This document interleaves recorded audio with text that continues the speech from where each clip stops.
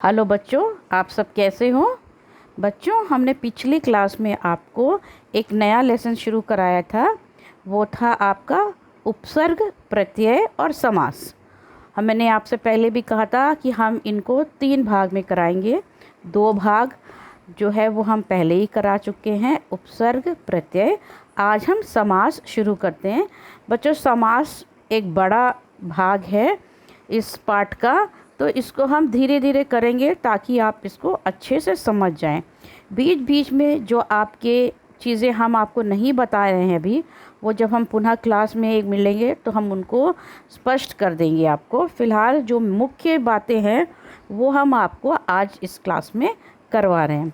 सबसे पहले समास क्या होता है, समास की परिभाषा देखिए। आप लोग, परिभाषा में है 2 या 2 से अधिक शब्दों के मेल से जो नया शब्द बनता है उसे समस्त पद कहते हैं। इस मेल की प्रक्रिया को समास कहते हैं। यानी कि जब 2 या 2 के अधिक शब्दों को मिलकर एक नया शब्द हम बनाते हैं, उसी को हम समास कहते हैं। ठीक है।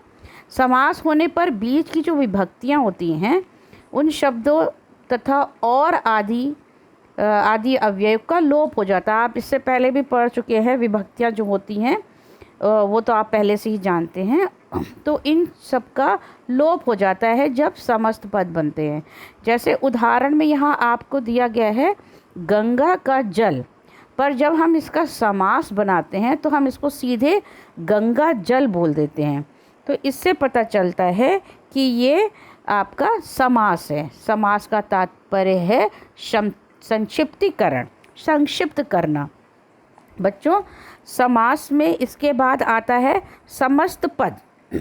अब इसमें समस्त पद की क्या परिभाषा है। समास में 2 पद या शब्द, जो शब्द होते हैं जब वो वाक्यों में जुड़ आते हैं तो उनको हम पद कहते हैं।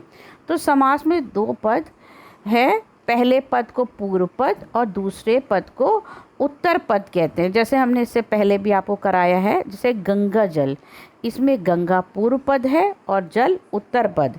इसको ही हम और आसान शब्दों में स्पष्ट करते हैं। ये क्या है, समास प्रक्रिया द्वारा जो नया शब्द बनता है उसे समस्त पद कहते हैं। यानी 2 शब्दों को जोड़कर जो एक नया शब्द बनता है उसे हम समस्त पद कहते हैं। समस्त पद में 2 पद होते हैं, यानी कि 2 शब्द होते हैं।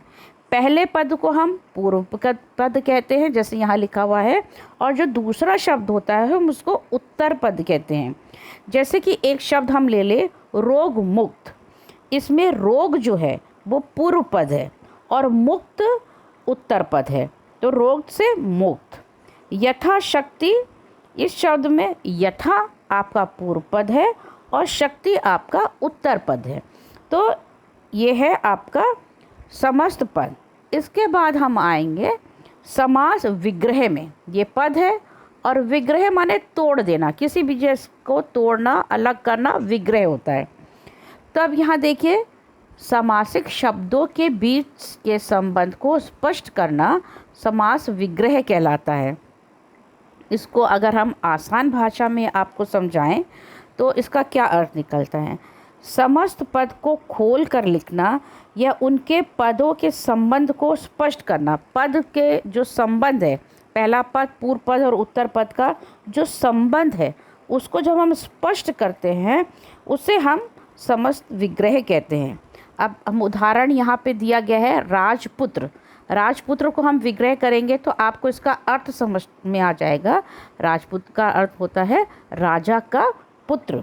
उसी प्रकार हम दूसरा अगर उदाहरण लेते हैं, जैसे देशवासी, इसका अगर हम समास विग्रह करेंगे तो इसका अर्थ हो जाएगा देश का वासी। अब बच्चों, इन समास में, समास जो है इनके 6 भेद हैं। अब आपके मॉनिटर में जो हम दिखाएंगे भेद, उनमें तो 4 ही भेद दिए गए हैं, लेकिन मैं आपकी जो पुस्तक है उसमें 6 भेद दिए हैं। हम सारे भेदों के नाम पढ़ लेते हैं। कुछ भेद आपको यहाँ दिख जाएंगे और कुछ भेद हम बाद में कराएंगे, जो हम आपको बाद में दिखाएंगे।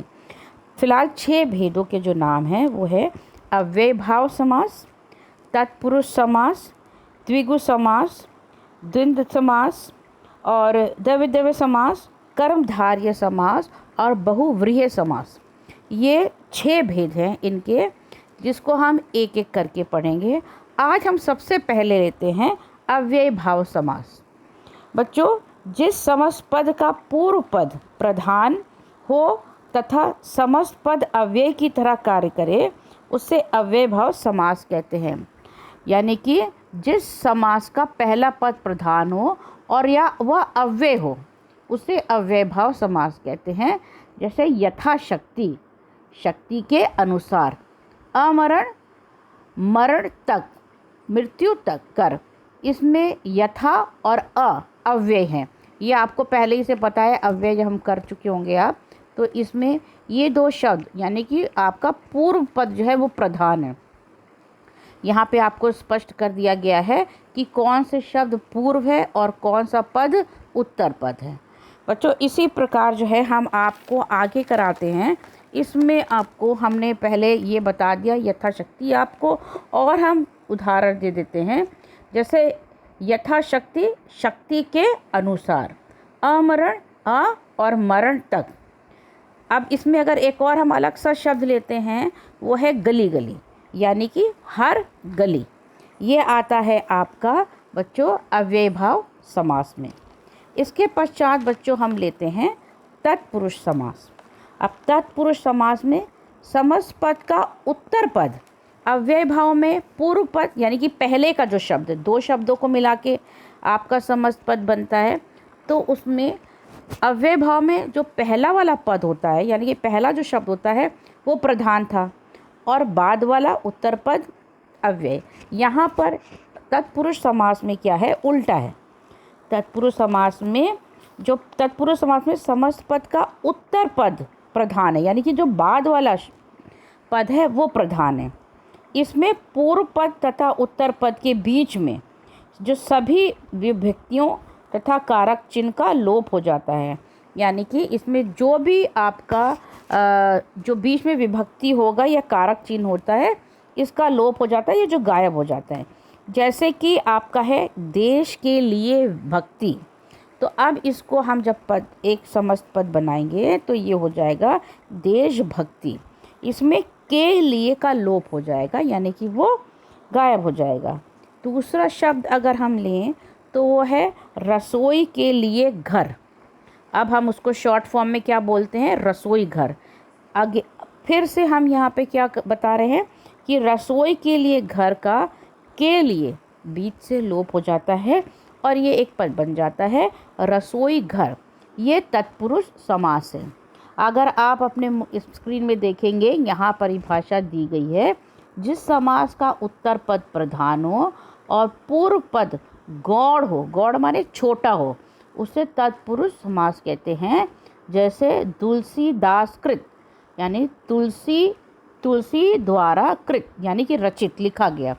तो ये है, इसमें द्वारा तो हटा दिया गया तो तुलसीदास कृत हो गया। तो बच्चों इसी तरह के समास हैं। इसके बाद आपका दिव्य देव समास है, बहुव्रीहि समास है, अव्यय भाव समास है। अव्यय भाव समास तो मैंने करा दिया। कर्मधारय समास है, बहुव्रीहि समास है। उनको हम अगले चैप्टर में या अगले क्लास में लेंगे बच्चों। हम यहाँ पर इतना तो स्पष्ट हो गया आपको। अब हम क्या करते हैं बच्चों, ये इतना आप कर लीजिएगा। अगले क्लास में जब हम अगला क्लास लेंगे तो उसमें हम बाकी के आपको समास करा देंगे। इस पार्ट को हम धीरे धीरे करवा रहे हैं इसलिए ताकि ये समझ में आ जाए। अब बच्चों एक चीज़ और देख लीजिए, अव्यय भाव समास जो हमने आपको समझाया है, इसमें समस्त पद अव्यय बन जाता है, अर्थात समास होने के बाद उसका रूप कभी नहीं बदलता। इसके बाद विभक्ति चिन्ह भी नहीं लगता। जैसे आजीवन, जीवन भर, यथा सामर्थ्य, सामर्थ्य के अनुसार, यथाशक्ति हमने बताया, यथा कर्म, कर्म के अनुसार, भर पेट, पेट भर कर, हर रोज़, रोज़ रोज़। तो ये सब कुछ उदाहरण हैं आपके जो हमने आपको अलग से बता रहे हैं। आप इनको जब कॉपी में करेंगे तो ये उदाहरण भी आप उनमें लिख सकते हैं। इसके बाद बच्चों यहाँ पर आप देखिए, यहाँ विग्रह में जो कारक प्रकट है उसी कारक वाला ये समास होता है। यहाँ पर आपको जो हमने कारक बताए हैं उनका एक चार्ट बना हुआ है।